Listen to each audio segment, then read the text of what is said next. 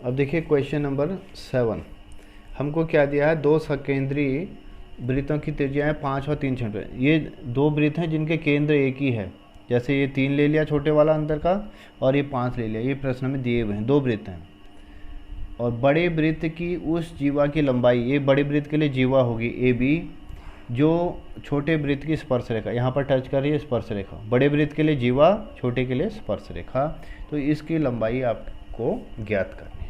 ये क्वेश्चन बहुत इंपॉर्टेंट है। तो आपको दिया क्या है, ओ पी बराबर 3 सेंटीमीटर, ओ ए बराबर 5 सेंटीमीटर, और आपको ए बी निकालनी है। A B question mark. तो मैंने क्या लिखा, ओ पी छोटे वृत्त की त्रिज्या है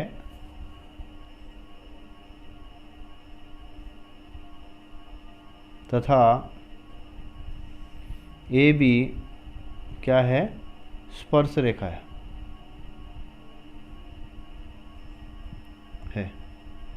इसलिए क्या हुआ, इसलिए ओ पी लंब ए बी। और जब ये इस पे लंब हुआ, हमने एक प्रमेय पढ़ी है कहीं पर कि वृत्त के केंद्र से जीवा पर जब लंब डालते हैं वो जीवा को समद्विभाजित करती है। ठीक है, इसलिए ए पी बराबर पी बी, और पूरे की क्या हो जाएगी, हाफ हो जाएगी। ठीक है, ये 9th में कहीं पर हमने प्रमेय पढ़ी है कि वृत्त के केंद्र से जीवा पर खींचा गया लंब जीवा को 2 बराबर भागों में बांटता है। तो जितना ये होगा इतना ही ये होगा, या एक छोटा भाग पूरे जीवा का क्या हो जाएगा, आधा हो जाएगा। अब यहाँ से ले लीजिए, अब इस त्रिभुज में ले लीजिए। ठीक है, ये समकोण त्रिभुज है हमारे पास, ये तो दिख रहा है, हमने यहाँ निकाल भी दिया है, लंब है। तो इस समकोण त्रिभुज में एक भुजा ये होगी, एक भुजा की, तीसरी भुजा निकालेंगे। अब समकोण त्रिभुज कौन सा वाला, ओ पी ए में कर्ण कौन सा हुआ, ओ ए, लंब हुआ ओ पी, और आधार हुआ ए पी। किसकी प्रमेय लगाई हमने, पाइथागोरस प्रमेय से, गोरस प्रमेय से। ठीक है जी। अब यहाँ पर भर दिया आपने 5 का वर्ग, ये 3 का वर्ग, और ए पी यहाँ से ज्ञात हो जाएगा। ये आ गया 25, ये आ गया 9, ये आ गया ए पी स्क्वायर। अब इधर ले जाओ, माइनस कर दो, 25 माइनस 9 बराबर ए पी स्क्वायर, ये आ गया 16 बराबर ए पी स्क्वायर, और ए पी बराबर वर्गमूल 16, 16 का वर्गमूल आ गया आपका 4 सेंटीमीटर। अब यहाँ पर रखना आपने इसको, ए पी और हाफ ए बी में जो संबंध था, क्या यहाँ से था, चूँकि क्या है, ए पी बराबर हाफ ए बी। अब यहाँ ए पी 4 रख दिया और हाफ ए बी। ठीक, अब ये 2 को इधर ले जाओगे, 4 दूनी 8, तो ए बी का मान क्या आ गया आपका, 8 सेंटीमीटर। तो ये जो जीवा थी, जीवा की लंबाई आपकी 8 सेंटीमीटर आ गई। ठीक है जी, ये हो गया आपका क्वेश्चन नंबर 7 हो गया। अब देखिए क्वेश्चन नंबर 8। एक वृत्त के परिगत, बहुत इजी क्वेश्चन है भी। क्वेश्चन नंबर 8, एक वृत्त के परिगत एक चतुर्भुज ABCD खींचा गया है। ये वृत्त है, परिगत मीन बाहर से, एक ये हो गया, ये हो गया, ऐसे है,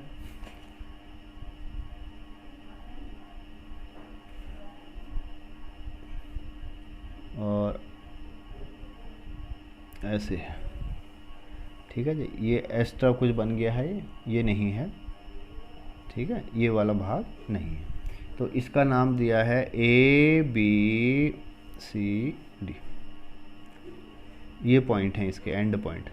ठीक है, ये एंड पॉइंट हो गया यहाँ से ये एंड पॉइंट है। कहीं समझ में नहीं आएगा तो पहले समझ लेना कि चित्र आकृति है कैसी। यहाँ पर ख़त्म है एक, ये भुजा आ गई इधर से चतुर्भुज की, यहाँ से ये भुजा आ गई, ये वृत्त को स्पर्श कर रही है, खींचा गया है। देखिए आकृति में आपको सिद्ध करना है A B plus B C ये सब दिया। तो हम इसमें लिखना चाहें तो ऐसे लिख देंगे दिया है, दिया है क्या है, वृत्त के परिगत एक चतुर्भुज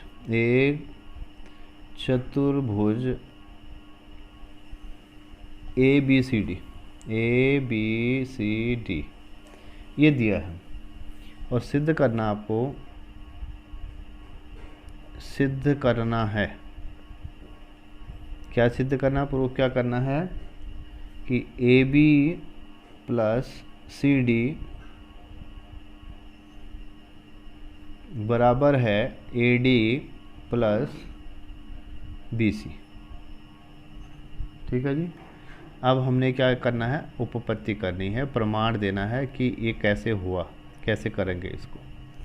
तो अब देखिए ये वृत्त के बाहर बिंदु दे रहा है और ये वृत्त को स्पर्श कर रहा है। यहाँ पे मान लो ये पॉइंट P हो गया और ये Q हो गया, ये R हो गया और ये S हो गया। ये 4 बिंदुओं पर टच कर रहा है, स्पर्श कर रहा है। ठीक है, तो ये स्पर्श रेखा होगी, क्या होगी,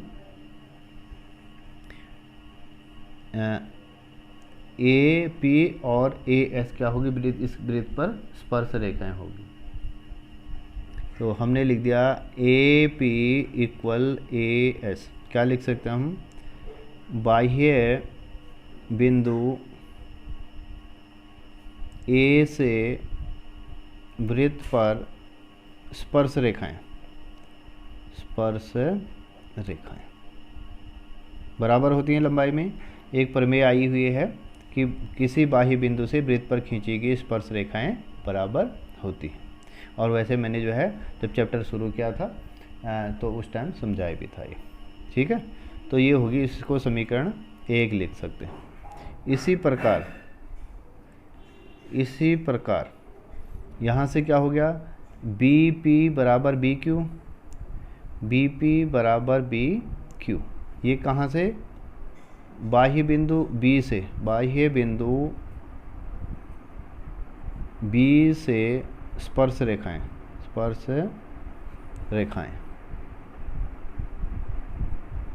इसको समीकरण 2। तीसरा हो गया यहाँ से C R equal C Q, C R equal C Q. ये भी क्या हुआ, बिंदु सी से स्पर्श रेखाएं, बिंदु सी से स्पर्श रेखाएं। ठीक, इसको इक्वेशन 3 दे दिया। और यहाँ से आ गया डी आर इक्वल या D S equal D R कर दिया, D S equal D R. ठीक है ना, या D R equal D S कर दो, D R equal D S. ये आ गई बिंदु डी से स्पर्श रेखाएं, बिंदु डी से स्पर्श रेखाएं, स्पर्श है, हाँ ये स्पर्श रेखा। ठीक है, कोई चीज़ लिखने में लिखाई राइटिंग समझ ना आ रही हो तो ये मैं बोल के भी बता रहा हूँ, स्पर्श रेखाएं। इसको दे दिया हमने पॉइंट इक्वेशन नंबर 4। अब ये सबको क्या कर देना है, आपने जोड़ देना, ऐड कर देना। समीकरण 1 2 3 और 4 को जोड़ने पर, ये प्रश्न थोड़ा थोड़ा आपका 8th में भी था ये वाला प्रश्न। ठीक है, अब ऐड कर दो तो क्या आ गया आपके पास, A S plus B P plus C R plus D R, और ये आ गया इधर से, सॉरी यहाँ था मेरा ए पी लिखा था इधर, मैं तो ए पी लिख दो इसको, A P plus B P ये वाली साइड मिल जाएगी, और C R plus D R, C R plus D R, यहाँ से आ गया, यहाँ से क्या आया, A S plus B Q plus C Q plus D S, ये हो गया। अब जो है एक जैसे इकट्ठे कर लो ए पी और बी पी, ये वाले, यानी अरेंज कर लेंगे हम, A P plus B P plus C R plus D R, ठीक है। अब यहाँ से थोड़ा आगे पीछे हो रहा है, इनको भी इकट्ठे कर लो, ए एस और D S, A S plus D S और plus B Q plus C Q. अब चित्र में देखिए A P plus B P, A P plus B P, ये पूरी साइड बन जाएगी ए बी, या ये आ गया हमारा A B. C R plus D R, ये क्या बन गई पूरी सी डी, ये आ गई C D. A S plus D S, देखो A S plus D S, ये साइड बन गई ए डी, ये बन गई A D, plus B Q plus C Q, B Q plus C Q, ये पूरी साइड बन गई बी सी। और यही आपको आंसर लाना था, यही सिद्ध करना था, A B plus C D, A B plus C D आ गया, A D plus B C, ये आ गया A D plus B C, यही आपको सिद्ध करना था। ये हो गया आपका क्वेश्चन नंबर 8, ठीक है जी।